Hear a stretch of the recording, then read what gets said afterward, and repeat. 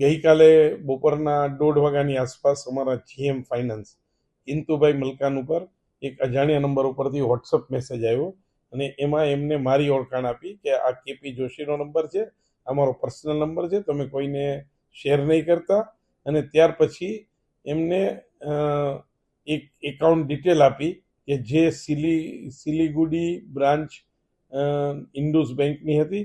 એમાં એમને 45 રૂપિયા ટ્રાન્સફર કરવાની એમને સૂચના આપી. ત્યારે શ્રી મલકાને આ બાબતની મારી જોડે ખરાઈ કરવાની જરૂર હતી, કારણ કે આ પીજીવીસીએલના વેન્ડર પણ નહોતા અને આ પ્રકારની ભૂતકાળમાં પણ અમે કોઈ સૂચના નથી આપી અને આ પ્રકારની સૂચના આપવામાં પણ ના આવે. આમ છતાં પણ તે લોકો વધારે પડતા વિશ્વાસના કારણે એમને આ પેમેન્ટ પ્રોસેસ કરી લીધું અને એમના ખાતામાં જમા કરાવી દીધા. ત્યાર પછી બપોરના 3:30ની આસપાસ ફરી એમને કોલ આવ્યો ને એમાં 30 લાખ રૂપિયાની ફરીથી એને ટ્રાન્સફર કરવાની વાત કરી. આવા સમયે તેઓ મારી પાસે ખરાઈ કરવા આવતા મેં એમને જાણ કરી કે આવી કોઈ પણ પ્રકારનો મોબાઈલ નંબર હું વાપરતો નથી, આ મારો મોબાઈલ નંબર નથી, આ પ્રકારનો મેસેજ મેં કરેલ નથી. એટલે ત્વરિત એમને ખ્યાલ આવતા મેં એમને સૂચના આપી કે તમે સાયબર સેલમાં જાઓ અને ઇમિડિયેટલી આ પેમેન્ટ સ્ટોપ કરાવો અને પાછી એમાઉન્ટ મેળવવાની કાર્યવાહી કરો.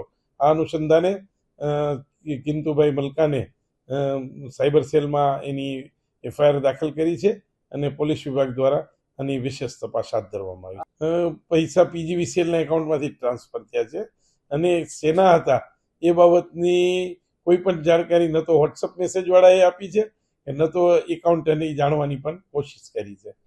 આ અંગે ગઈકાલે જ વોટ્સઅપ મેસેજ અને એક ઓફિસ નોટ ફેરવવામાં આવી છે. એમાં બહુ કડક સૂચના આપવામાં આવી છે કે કંપનીના એકાઉન્ટના નિયમોને આધીન જ કોઈ પ્રોસેસ કરવી, એમને વગર કોઈ પણ એકાઉન્ટની પેમેન્ટની કોઈ પ્રક્રિયા હાથ ના ધરવી અને આવા ફેક મેસેજ કે કોઈ ફ્રોડ પ્રકારની તમને સૂચના આપવામાં આવે તો કોઈ પણ સમયે સીધો મારો સંપર્ક કરવો.